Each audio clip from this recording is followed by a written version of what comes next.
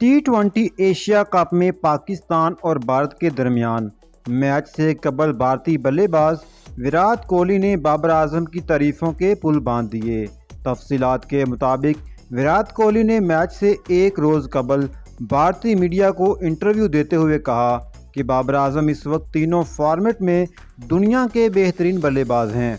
उन्होंने कहा कि मेरी और बाबर की मुलाकात पहली बार 2019 आलमी कप के मैच के बाद हुई थी। तब अमाद इन्हें मेरे पास लेकर आया था और कहा था कि इसने आपसे बात करनी है। हम बैठे और क्रिकेट से मुतल्लिक काफ़ी बात की। पहले दिन से ही मैंने बाबर आजम में काफ़ी एहतराम देखा और ये स्टार बनने के बाद भी नहीं बदला।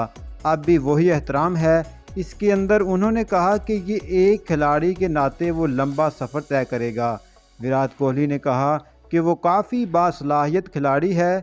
मुझे हमेशा इसकी बल्लेबाजी देखने में मज़ा आता है। वो हर फॉर्मेट में रन बना रहा है। इनका कहना था कि क्रिकेट के लिए बाबर आजम जैसे खिलाड़ियों की ज़रूरत है।